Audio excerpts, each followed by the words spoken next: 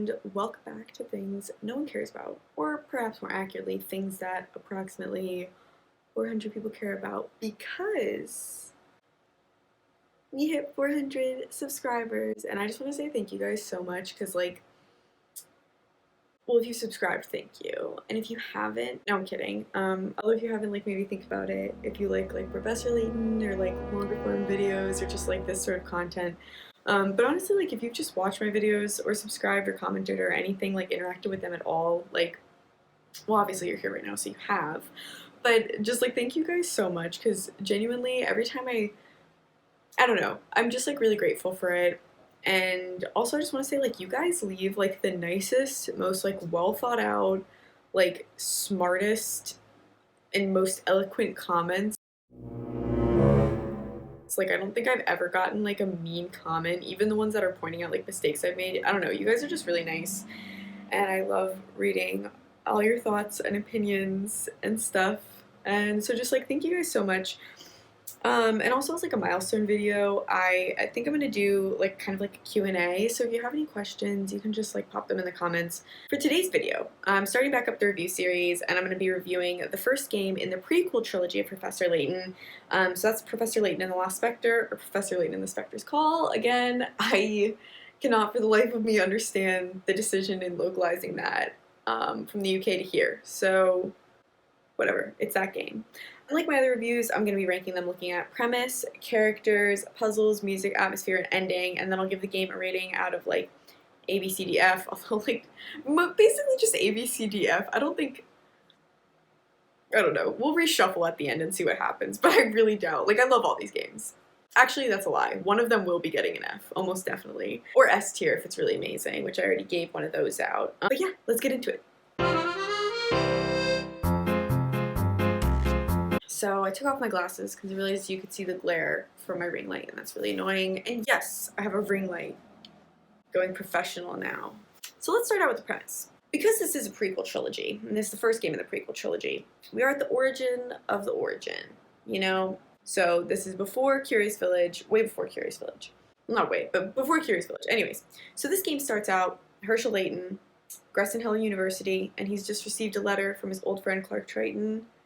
You know, you guys know the deal. You know these games, they love letters. So Layton and his assistant, Emmy Altava, who's a new character, well, yeah, new to us, rush out the door and head to the town of Miss Tallery. I don't know what there are just certain words or names in this series that no matter how many times I look up how you say them, I just cannot for the life of me remember it. Anyways, big M-Town, you know, M-Town. So in the letter, we see that like Clark is the mayor of the town, and that little village has been embroiled in another mystery, some mystery game, you know. So there's gonna be a mystery there, where a Specter has been destroying the town, and there's flute music that comes along with it. And it seems like the flute music is calling the Specter to destroy the town, and it's targeting houses that have been marked with like a witch's mark. But there's also another part of the mystery where some unknown oracle has been foretelling these attacks and warning the town of where they're going to take place. So when Layton and Emmy arrive at Miss Tallery, they learn that it was not Clark, but actually Clark's son Luke, our own Luke Triton, who we're meeting for the first time, or Layton is meeting for the first time, who is the mysterious oracle, and he's been, you know, foretelling these events. And soon after the arrival, we see the Specter, just as Luke predicted, but you're like, oh, like, how did Luke know when the Specters appeared? Like, what's going on? Blah, blah, blah.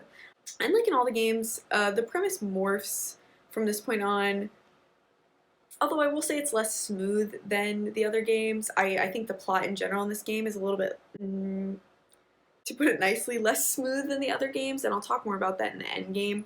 But the premise on its own, I think, is really good, and I think has a lot of potential. I think it does a fairly good job of doing what a prequel premise, you know, which is a premise to a premise trilogy. I think it does what it should do, where it introduces how the professor met Luke. Another small thing is like there's a slight discrepancy with this backstory.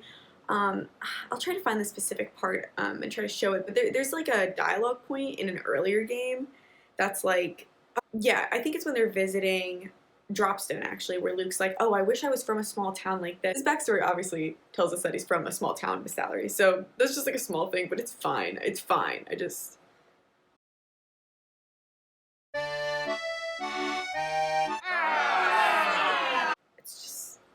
small thing. Yeah, overall, I think it's a pretty solid premise, and it's a very Layton-esque premise. You know, it's a puzzle that seemingly has no solution, but as we all know, every puzzle has its solution. So I think it's pretty good. I think I give this premise. I think I give the premise an A. The premise on its own is an A. The plot is not an A. So now we'll move on to the characters. And you know, Layton in this game is pretty standard fare, Professor Layton. We know what to expect from him. But again, what's notable about this game is, like I said, it is the first in the prequel trilogy. And this prequel trilogy, as we'll see as I go through these games, and if you watch the other videos or you've played the games, the prequel trilogy is ultimately centered on Professor Layton's, like, his own backstory. And, you know, once I get to Azrin Legacy, I'll be able to review that backstory as a whole, which I love this backstory, and it's one of my favorite things about the prequel trilogy. One of my favorite things about the series, actually. I know a lot of people don't like the prequel trilogy, and I'll get into that more later. I think I've, like, danced around it a little bit in some other videos, but I do like the prequel trilogy, and I like it so much because of that backstory. But that story starts here. And that being said, though, this backstory is a little weird because it really only helps us understand events in Layton's life. It doesn't really change the characterization of him or our understanding of what he's like as, like, a person. So even though, like, we're meeting a new era of Layton in these games, it's not really different than, like, the Layton that we know, which is pretty different than, say, Luke, who, you know, Layton's meeting for the first time in this game, and we're seeing a completely different Luke than the Luke that we know, which I think makes sense because he's a fair bit younger, and, like, kids change a lot. He's very solemn when we meet him. He's been, like, not speaking for a long time. I don't know, he's been kind of delivering his predictions through his butler Doland, like, he won't even speak to say them out loud. Like, it's just a completely different character than the Luke that we know. And I really love that. I think it makes him more of a dynamic character, where up to this point he was kind of just, like, a flat boilerplate, like, sometimes annoying, like, little kid. And I also think seeing him like this, like, it makes sense. It helps us understand why he goes off with Layton. Like, I think in my timeline video, I made, like, a little joke, like, oh yeah, like, Clark Triton, some responsible parent, just letting his kid go off with Layton at the end. But thinking more about that, I mean, that was just, like, you know, kind of like throwaway, like, what the fuck are you doing? And I mean, it still stands at some point. But this game helps us understand maybe why that decision was made. Because I think, like, if I had a kid who was, like, silent for, like, you know, I think, like, a year in this game, and, like, honestly just, like, downright depressed, but then, you know, suddenly he finds a passion for mystery solving, and he has the opportunity to travel with somebody that I know, you know, like, because again, Clark and Layton are old friends. I would probably let my kid do that. Then we have Emmy, and I don't really know where to start with Emmy, because I will be honest, she annoys me quite a bit. She's, like, an overeager apprentice who, like, I mean, she's just overeager. There's no other way to put it. She kind of comes from this, like, this game came out in, like, the early, like, girl boss fight era. And while I do really appreciate that she can fight and that she has her own skills, like, you know, she is her own person, she's just, like, kind of annoying a little bit. And I really hate how she's really condescending to Luke. It's like, I don't really know where you, like, get off, like, dunking on, like, a child. I don't know, it's just weird. And it's also kind of hard just for me to like her personally, because in my opinion, she seems almost like a replacement for the role of Flora. Like, she's the third in this little, like, tri-group. Not tri-group.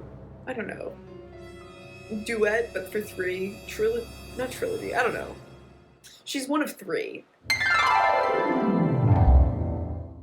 Where Flora used to be. And it just kind of reminds me of everything they could have done with Flora's character, and they didn't, and you guys know, like, I'm so pissed about how they do my girl Flora wrong all the time. But that being said, Emmy is another character that, like, changes drastically. Well, no, my opinion of her changes drastically, so we'll come back to her.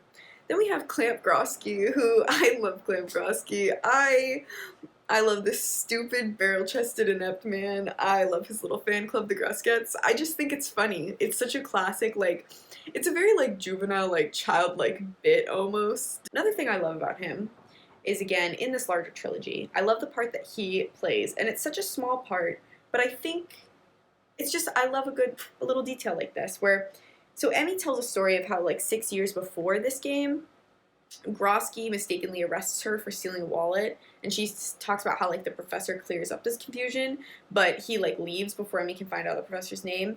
And this story is kind of given as for, like, how, you know, how Grosky and Emmy met, but also, like, given as an explanation for why Emmy wants to work with the professor. Like, it plays into that a little bit. One lovely little detail is that Layton doesn't remember this, and he like can't seem to recall what she's talking about. She talks about it a few times, and again, if you know the story to come and you know the role Emmy plays in it, I just think that's such a good little detail, and I really, really love it. So I love Klamkowski. I don't know what to say. I like him more than Inspector Chelmy. I love him. We also meet Clark Triton, Luke's dad. Now we're getting into more of like the specific characters for this game. I mean, he's pretty normal. Like, Luke's dad is pretty just like busy dad, business dad character. Luke's mom is also just like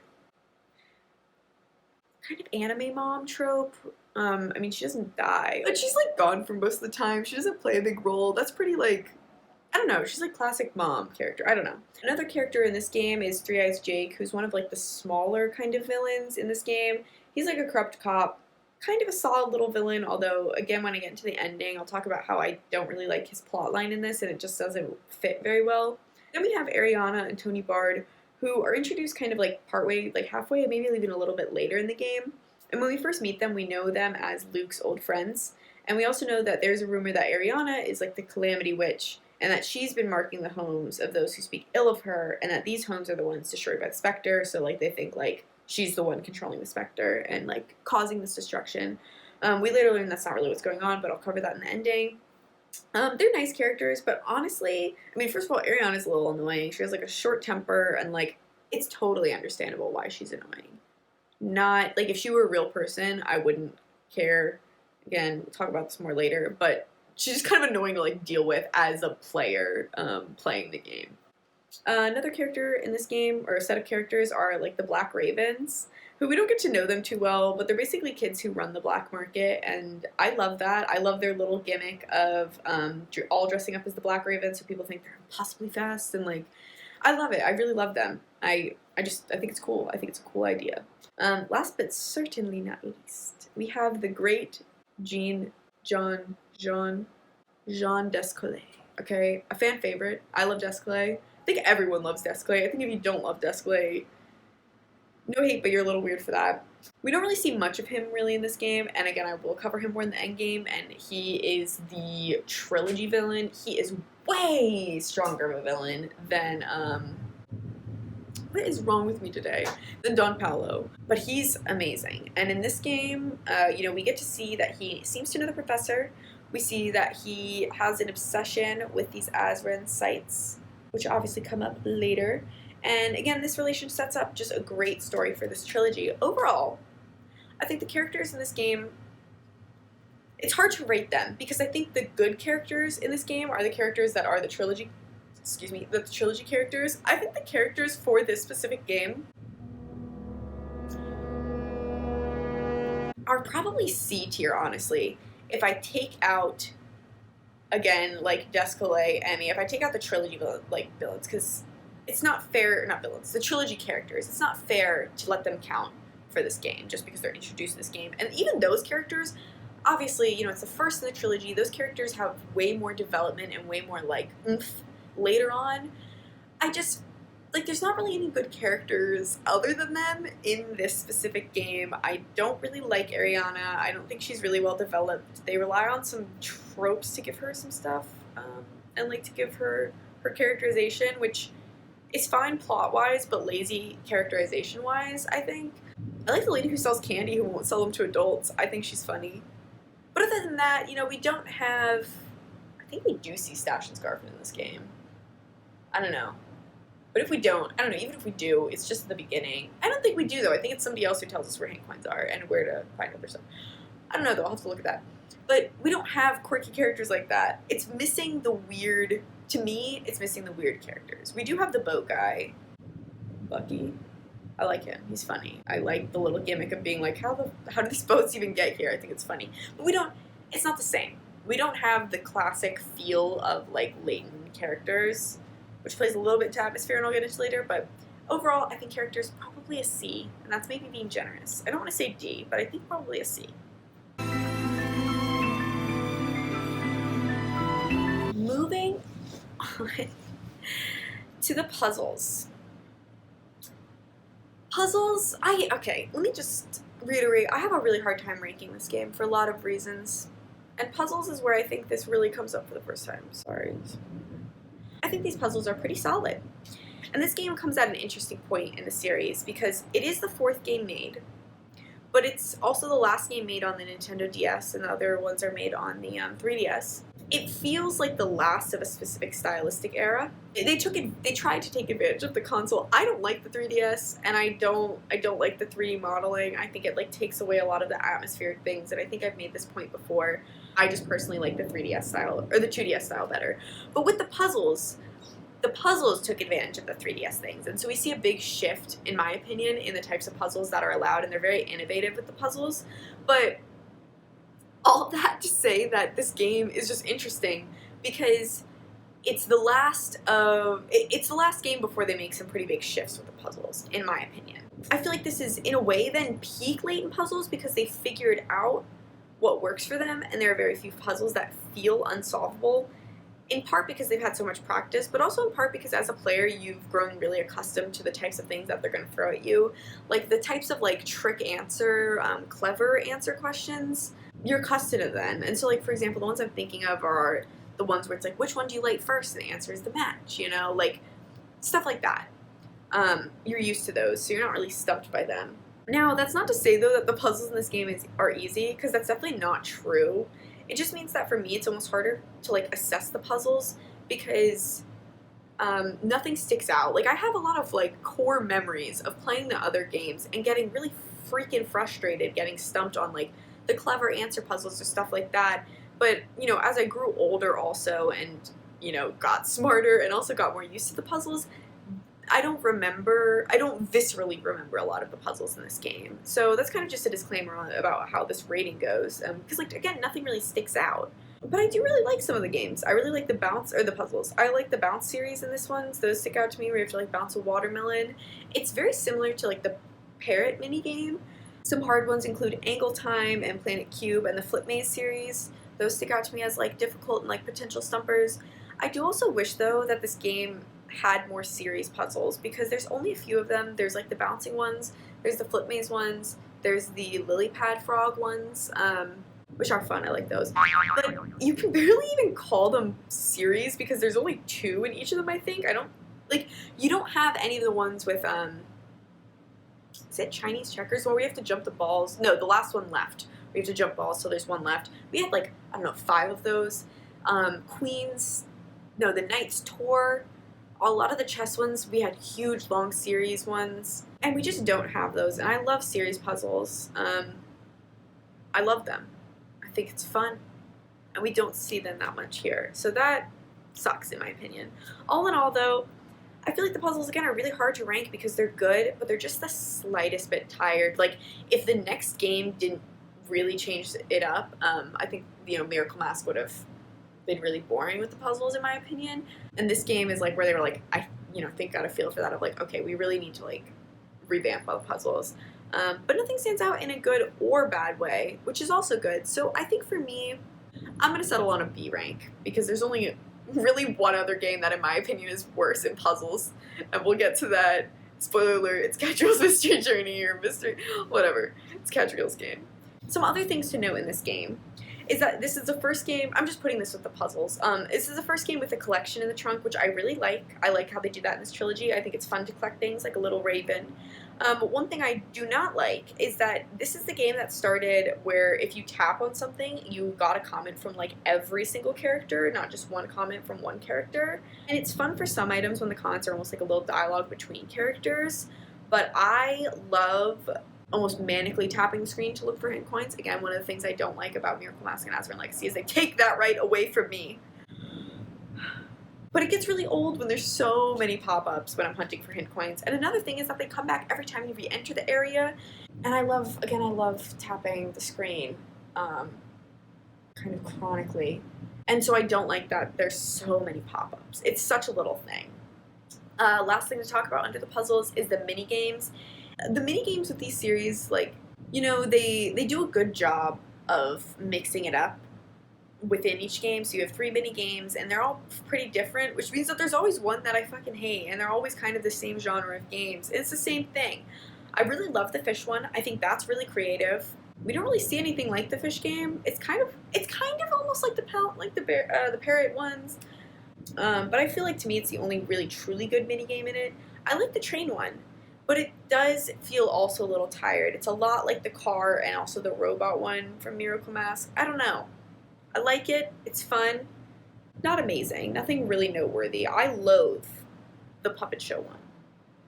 I loathe it. And the other thing, again, I mentioned this with the sticker book one, but there's no real way to speed through this mini game, and I wouldn't hate it that much if it didn't take so long to complete. But like, you know, if you really hate the fish one, that's fine, because you can just look up a solution, place the bubbles, and really speed through those. Same thing with the train one, honestly. But this one, like, oh my god, it takes so long, and you have to just like click through it. And I know I just said I like clicking, but I don't like clicking through this game. I don't know. It's not even a puzzle, in my opinion. I don't know. Just my thoughts. I hate it. The mini games I'll also rank probably B tier, maybe A tier. I don't know. I feel like all the games are pretty on par with each other for the mini games. Curious Village is a little bit lower than the other ones, and I think Diabolical Box is, in my opinion, higher than the other ones. When it comes to, like, I think Unwound Future, Miracle Mask, this game, and I want to say Azure and Legacy, although I don't know the mini games that well in that game, so I need to like actually think harder about that one. But most of these games are about the same, in my opinion, on the mini games. I think I've mentioned this before, but again, at the end of the series, I'm gonna take stock and try to like rank all the games for each category. So just like a tier list for like music, puzzles, etc. I don't know. I'll just do that all in one video. I think it'd just be fun to compare them all for each category. But music is going to be the hardest category because it cannot be overstated just how good the music in all these games is. It's all perfect. It's all perfect. But I really, really love the music in the last Specter, and I think it's all really good. Like, I don't have a song that I don't like, and I do think that there is a fair bit of variety. More so in the instruments used than in the moods. I don't know. I have a lot of mixed thoughts, and I want to be fair, because I did call out Unwound Future soundtrack for not being diverse enough. Kind of a paradoxical problem where it's not diverse enough, but at the same time it's disjointed. Like, that last song just comes out of nowhere and is so weird. I don't know. I had a lot of problems with the soundtrack. Well, not a lot of problems. It's still an amazing soundtrack. But I did have a lot of problems with the soundtrack in that game. If I'm being, if I'm trying to be super fair, I think you could make the same argument that this game's music is a little repetitive and that there are a lot of songs that sound like other songs from other games. But the reason why I think that this isn't as much of a problem in this game as it was in Unwound Future is because it makes sense with the atmosphere. Like, my issue with Unwound Future ultimately was that the atmosphere was weak and that they didn't push it enough. They didn't push the future steampunk, making future London look different than present day London. They didn't push that enough. They didn't push the Chinatown thing enough. They didn't push any of the atmospheric issues enough, which was a huge problem for me. And music obviously played a huge role in creating that atmosphere. And so the music really brought into really sharp relief all of the issues with the atmosphere. With this game, though, the atmosphere is a little repetitive in that it's reminiscent of a lot of the other games, and it's pretty it's more like Curious Village in that it's pretty like even throughout. There's not a lot of different locations like we had in Diabolical Box, but the music matches that, and I think that's good. And even though the moods are really similar in a lot of the music, in the game, they do a good job of having more variety with different instruments. And so that doesn't make it seem so exact. I like the music in this game. I think the best way to explain it is that I feel the same way about the music in this game as I do the puzzles, in that it feels like this game was the last of a very specific Layton era. But I feel like the music here is really good. It's just the slightest bit tired because we're so used to it. And I think starting with the next game, they really revamped it. And it's the same thing with atmosphere. I think they really revamp atmosphere in Miracle Mask and in Azure and Legacy. The music is comparable to Diabolical Box, again, because they have a bigger variety in the instruments, and we see that in Diabolical Box too. You have like the classic kind of Layton-esque piano, violin, accordion feel, but this game also brings in more of a flute, or ocarina, I don't know what it actually is, but it's a flute sounding thing. They also bring in some like harps, and again, it's evenly spaced. There's a lot of instruments spread throughout. Whereas again, Unwound Future doesn't feel like that. Even Curious Village doesn't really feel like that. I really like the music in this game. The highlights of this game for me are the flute melody itself, because that's a plot point. Like that's the melody we hear when the Specter is attacking. We later find out like it has significance. It's supposed to calm a certain lake creature down, and I love that. And I think it's a beautiful, haunting melody. I love it.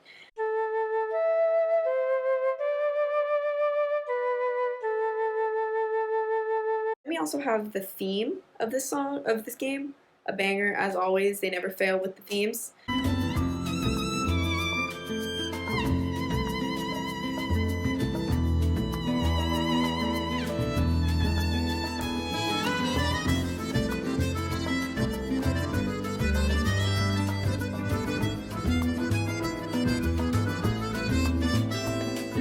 Town of Wind, super relaxing.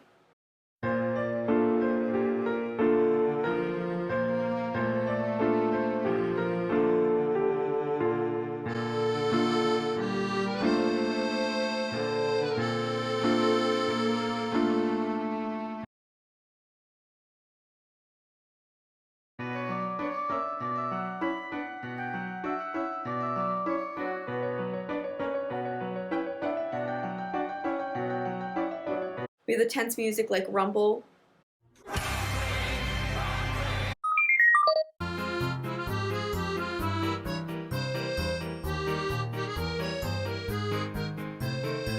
And the last battle.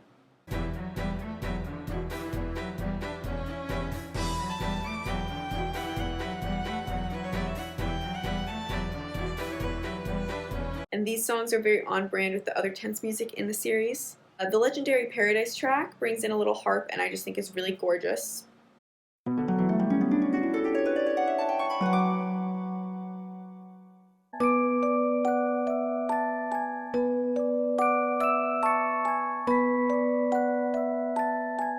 I also think Lucia's theme is really gorgeous.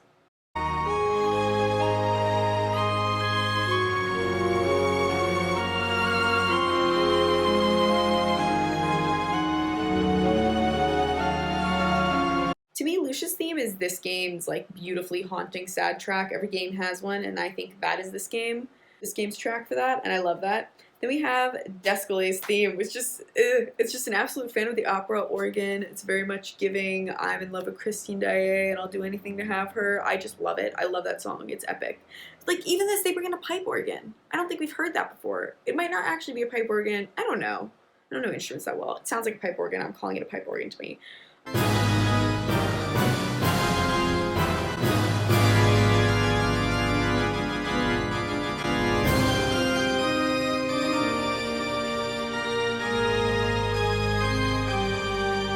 One weird and annoying thing is that the ending song for this game actually isn't on the official soundtrack. So if you listen to those compilations on YouTube, you actually might not have heard the ending song all that often. It's called Pax Maveti.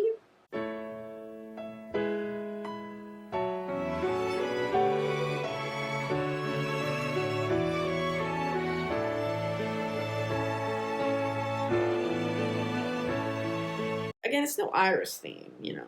Iris, she has my heart, that song. But I really like it, and it's a very Layton-esque ending song. Overall, the music here is really, really, really good. I think it's either A or honestly maybe even S tier. I really love the music for this game. I think the music in this game is like Diabolical Box, where I think it's Layton music at its finest. And I think they're comparable. I think the only difference is that this one is a little bit, the impact of this music is a little bit lessened because it comes so late in the series, and we've already heard Diabolical Box's amazing music.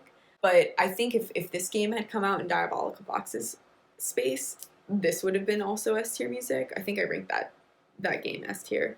Again, it's going to be super hard when I try to compare all the music to one another, like in a separate tier list. But I really love it. I think I'm going to give it, I think an A tier, I think S tier. I don't know, A or S tier. More on that later when I come back to ranking this. But amazing music. Now we'll move on to atmosphere. And the atmosphere in this game, like I said, I think is a lot like Curious Village in that it's nothing new or exciting or really noteworthy, but it does it so well in a way that's so immersive, and I really appreciate that. Again, this town is another sleepy, misty town, kind of a la Saint Mystere. I love that the mist in this town is a plot point. I love that. I love little things like that. I love when the atmosphere gets brought in to the plot and stuff like that. And I don't want to keep shitting on Unbound Future, honestly, because I love Unbound Future and I don't want anybody to think that I don't. It is absolutely one of the best games in the franchise and one of the best games of all time, but so much of that is the story. I had a lot of not nice things to say about the atmosphere in that game, and rewatching that, I stand by all of that. I think in this game they start to move back to basics. I even still think there's slightly a problem. I honestly don't really think we needed to go back to London in this game. I guess it's a nice touch, but it only makes sense in the Three-Eyed Jake subplot, which I'll get into in the ending, and my opinions on why that subplot doesn't really, it's not justified enough for me in this game. So I think even this game would have been bettered if we only were in Mistallery, in my opinion. But some highlights are the market area. Again, I mentioned this in the Unbound Future video, where I don't really like the Chinatown market area in that game, but I do really like the market area and the black market in this game. I think they even could have pushed it more, although you can only push a black market feel so much in a children's game.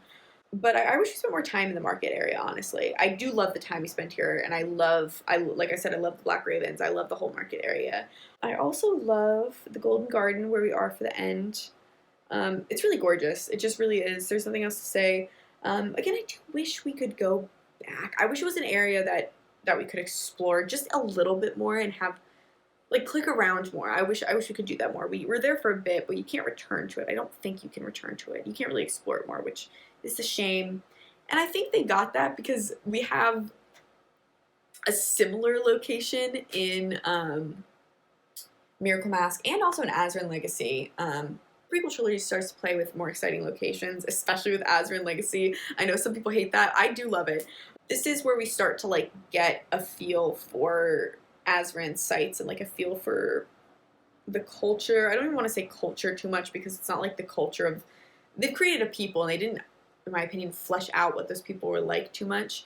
They just rely on a lot of, like, archaeological tropes, kind of. One odd place to me is the house where Ariana and Tony live, and I really can't decide how I feel about it because it's really eerie and cool, but I also feel like it's a worse version of Hertzen Manor because, again, Hertzen Manor is eerie and creepy and awesome and cool, and it has all the justifications for being like that. It's built like that because it's on top of the mine area, so it's so cool. It's also meant to be creepy to keep people out.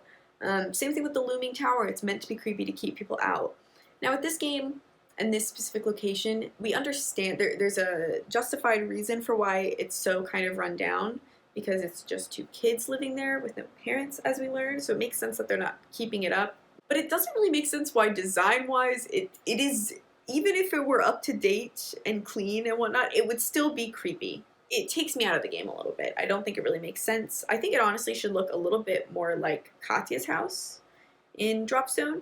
But I also do like it. I think it's fun because I really like the side tower that you enter through. I love that little area. It's such a small area and I just love it. I also like the lake, which is plot relevant, as we'll see later on. I like the lake. One bad part about the atmosphere in this game is that Mistallery is a little boring atmospherically because we don't have the same sense of a town keeping a secret. And that's what we've always seen. You can tell something is wrong with Future London from the start. You can tell something is wrong with Saint Mystere, and you can tell something's wrong with Fall Sense. Even Dropstone, I would argue that there's some sort of underlyingly eerie sense, which is really impressive because it's such an outwardly cheery town. But we don't get that here. It's a normal town, and I think, honestly, the characters have a big part to do with that, where I think the Black Ravens are the only interesting characters. We don't have the weird, quirky characters, which, although I don't know, because maybe if we did have weird, quirky characters, I would be sitting here saying that doesn't make sense because there's nothing wrong with the town. There's no reason for them to be weird or quirky. I don't know. This is what I mean when I say I have such a hard time rating this game. You know what, though? I'm going to take it back. We should have weird, quirky characters because we have them in Miracle Mask. And Miracle Mask, that town is relatively normal, although I guess you could argue they're weird because so many of them are tourists, and tourists are just weird. You're weird when you're being a tourist. I don't know. At the end of the day, though, Mistallery is really just a setting, and it's not plot relevant, again, in the ways like the other towns are plot relevant. Overall, though, I'm going to go with the Atmosphere's B tier. It's a boring, simple premise, but they did it well, and I can respect that, but I think B tier. That's my final say. Now we'll move on to the ending. And I think the ending is the weakest part of this game. I don't know. Again, this game has been really hard for me to judge and rank. Like, I love the ending, but I also hate it. And I don't even know if it's the ending specifically that's the weakest part of this game. I think the plot is pretty weak in this game, comparatively. I think it's the most unrealistic, which is really saying something for this franchise. But again, it's that's the least explained. I don't know. I'll try to explain more as I go on, explain what I mean by that. And again, it's a bold take because Diabolical Box makes no sense. And I hear that, but it makes sense to me. And I think the game does a good job of explaining Diabolical Box and connecting the dots for you. We don't get that in this game, in my opinion. I had a really hard time remembering the plot of this, even though I think I just replayed this maybe 4 or 5 months ago, and I've replayed this game probably about 6 or 7 times, so I really shouldn't be shaky on the plot of this. And I think I put that on the game, I don't put that on me. Even rereading it and like looking stuff up and trying to remind myself, I have a hard time piecing things together. You know, there might be some things that if you guys can like comment down below, things that I'm confused on, if you know what I'm talking about and have a better way of elucidating or clarifying things. I think a better way to put it is that I think that the ending is most unrealistic, given the logic of the Professor Layton series as we know it. And I think that's for a few reasons. One, this prequel series trilogy does introduce a new set of logic. The mysteries are on a whole different scale, but again, this game is a transition game, and it very much feels like one. Most of the games rely on a lot on weird technologies, weird mining things, and there's weird mining stuff in this ending, but this ending is not, it's not that at all. It's again, it's weird in a different way. This game doesn't fit with the underlyingly, like, steampunk, I don't want to say power system, it's not an, I mean, it is an anime, but this isn't an anime, you know what I mean? It's not a power system like that, but I'm going to say power system or logic. That's what we're accustomed to seeing. So after much investigation, we learn that there are actually 2 Specters. The bad Specter is Jean Descolet, who targeted the town because he figured out that it was built on top of the ancient Golden Garden, which is an archaeological site belonging to the Great Azrid civilization. Okay, and this is the first of 3 sites that are part of the prequel trilogy / quartet. We technically have to count Eternal Diva for us to get that 3rd sacred site. But anyways, for the prequel trilogy games. Using mining machines, Descolet had been systematically digging around the town to find the legendary site, and these mining machines, or the mining machine, I think there's one main one, is the Specters, one of the Specters. Also, Descolet was disguised as Luke's butler, Dolan, that had kidnapped Luke's mom to get, like, his dad to comply. It's weird. It's weird, okay? Our heroic Specter was Lucia, who's basically a giant manatee. She's the last of her kind, and this is the part that's also weird. Again, this doesn't fit in with the games at all. Like, the Specter being a big steampunk machine, we've seen big, bad machines before. That makes sense in the logic of this series. A giant Loch Ness Monster, almost supernatural thing does not fit. Like, the time travel stuff, you could argue, is slightly supernatural, but it's supernatural in a way that has, like, mechanical explanations. It was a machine that sent Claire back.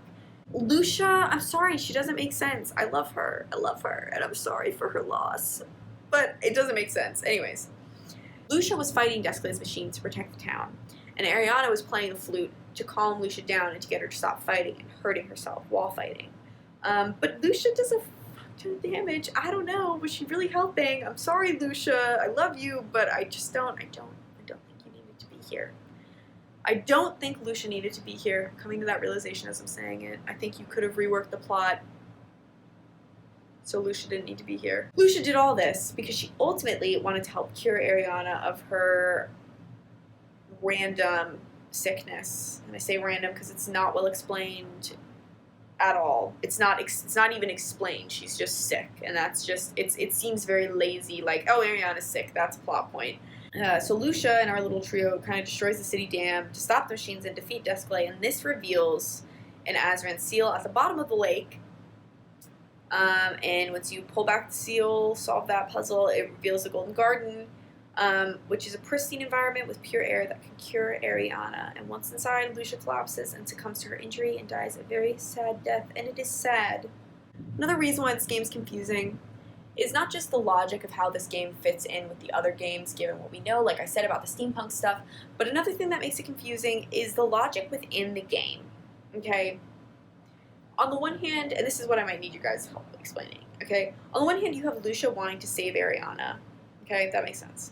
They all make sense on their own part, so that's one. Then you have Tony, who's her brother, and he's the one who drew the mark of the witch on the houses of people who spoke ill of Ariana because he's like her little brother wants to stand up for her. That makes sense. But then it's kind of just coincidental that Desclay has his own logic for digging. He's digging where he thinks the sites are. Why is it that that just happens to line up with where these marks got drawn? Like, that's weird. Another thing that's weird, and this is partially explained, is Luke is the Oracle. And he's been judging where the attacks are going to happen based on where the water levels have dropped. But they say that he gets things wrong sometimes. Like, he got some of the predictions wrong when we look at his notes. But the areas would still be evacuated. And that's explained because Luke told his predictions to Dolan, who then communicated to the people where they should be evacuated. And Dolan is actually Desclay. So Desclay actually always told the right area where to evacuate. That makes sense. That's part of the logic of how we figure out that Dolan is not actually Dolan. But it still doesn't really make sense of how Desclay just happens to be targeting where the Calamity Witch mark is. If you guys know, please let me know. I could have looked a little bit harder, honestly, but I did look for an answer and I couldn't find one. The other weird side plot is that the corrupt cop, Three Eyes Jake or whatever, basically killed Ariana and Tony's dad. And that's why Emmy goes back to London and she ends up finding the reports of this death.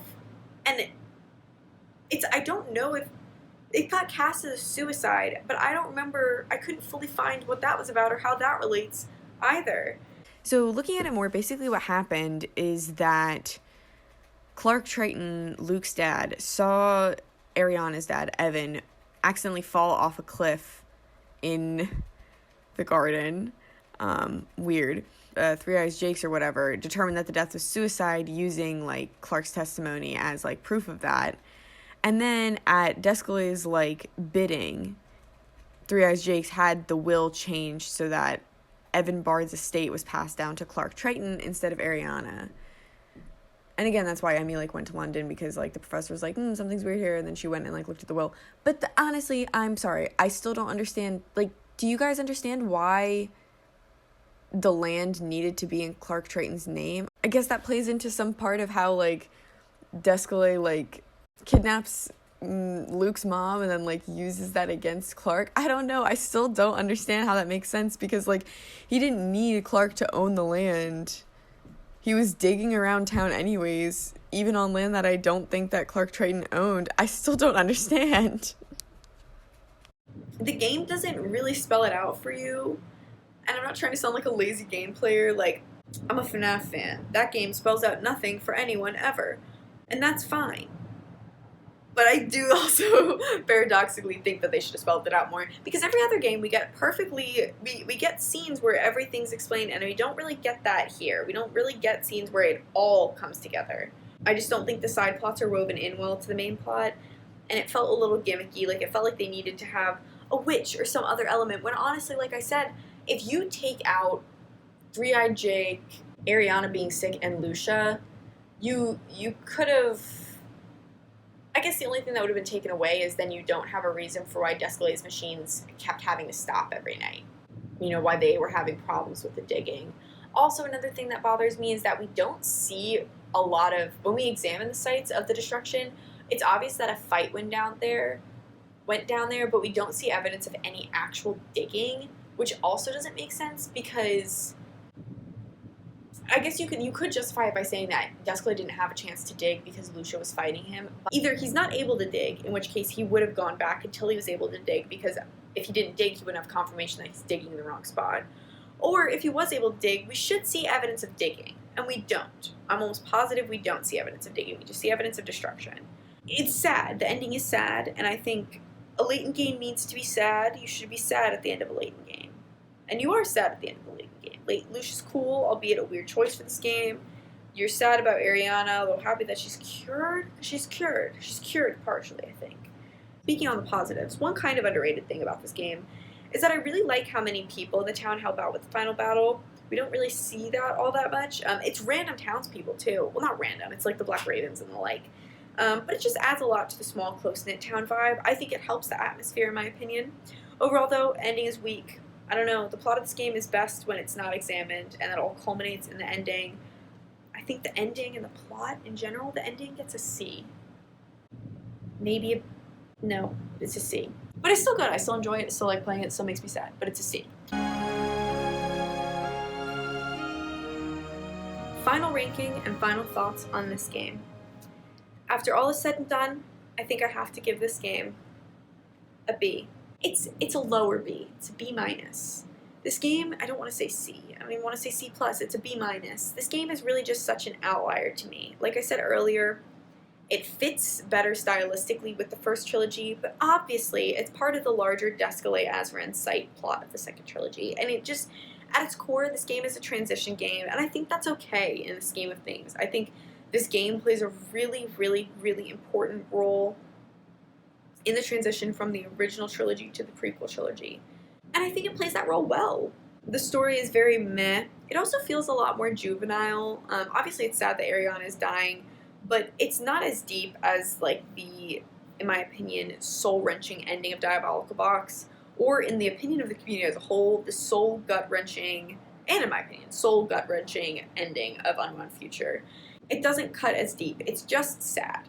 It's not sad in a way that it feels personal and that, like, feels existential. It's just like, damn, that sucks. Again, that's such a shock if you played this game, if you're playing these as they came out, and you played this right after the super heavy Unwound Future.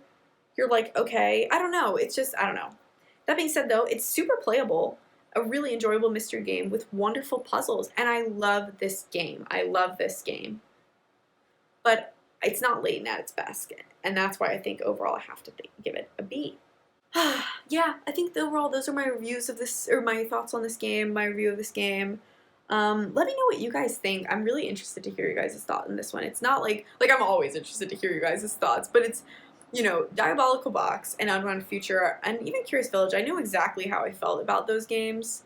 This one I don't. I feel a bit more uncertain, and like I've said throughout this video, I had a hard time ranking this one, and I'm really interested to hear your guys' thoughts. Like I said at the beginning too, you guys always write the most insightful, like, well explained, well thought out, like, you guys are all, I mean, it makes sense that the Layton fandom is such a smart fandom, but you guys are so smart and, like, so eloquent, and I love hearing your ideas. And there are so many times when I read your guys' like opinions, and it really changes how I think about the game. And so I love that. So again, I really would love to hear what your guys' thoughts are on this video. And I love you guys. I love talking with you guys in the comments, and I really can't express how grateful I am that I have people that watch my videos, and that watch them enough to want to, like, subscribe and see more of them. So thank you guys so much. Also, if you, like I said, if you have any questions for, like, me about my life, like a Q&A, you can comment down below. Anyways, thank you so much for watching. Love you all. And I'll see you next time. Bye!